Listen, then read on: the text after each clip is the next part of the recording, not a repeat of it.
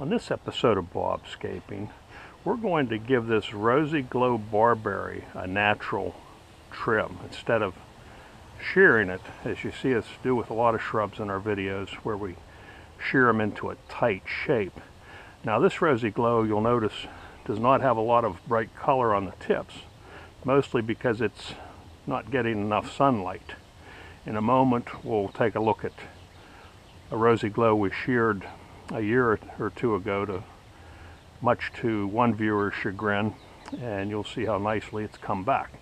So let's go in here. We got a pad to kneel on, and we'll take these longer branches. Now, you know, ideally you trim to a side bud or side branch. Like here we have a side branch coming out, so we'll trim just beyond that. And here's a side branch here. We'll nip. Basically, we're just taking the longer branches and shortening them up. And if you do that one at a time, eventually you'll get to where you want to be with reducing the size of the shrub and still keeping it with a natural sort of a look. I'm still not convinced that barberries are that fussy about where you cut them. A lot of them grow so vigorously that it's pretty hard to slow them down. Okay, so here we have a longer sort of a branch. You can always cut twice. We'll shorten it to there first. Now we'll go down here and cut this one. Just keep grabbing the longer ones, trim them back to where a side branch or back into the outline of the shrub helps promote a shape without giving a shrub a formal shape. So this one's kind of long over here. We're just putting these clippings into a bucket because, you know, barberries, you don't want to handle them any more than you have to because they do have very sharp thorns on them. One of them just got me through my gloves. And they tend to be the thorns that break off in your finger.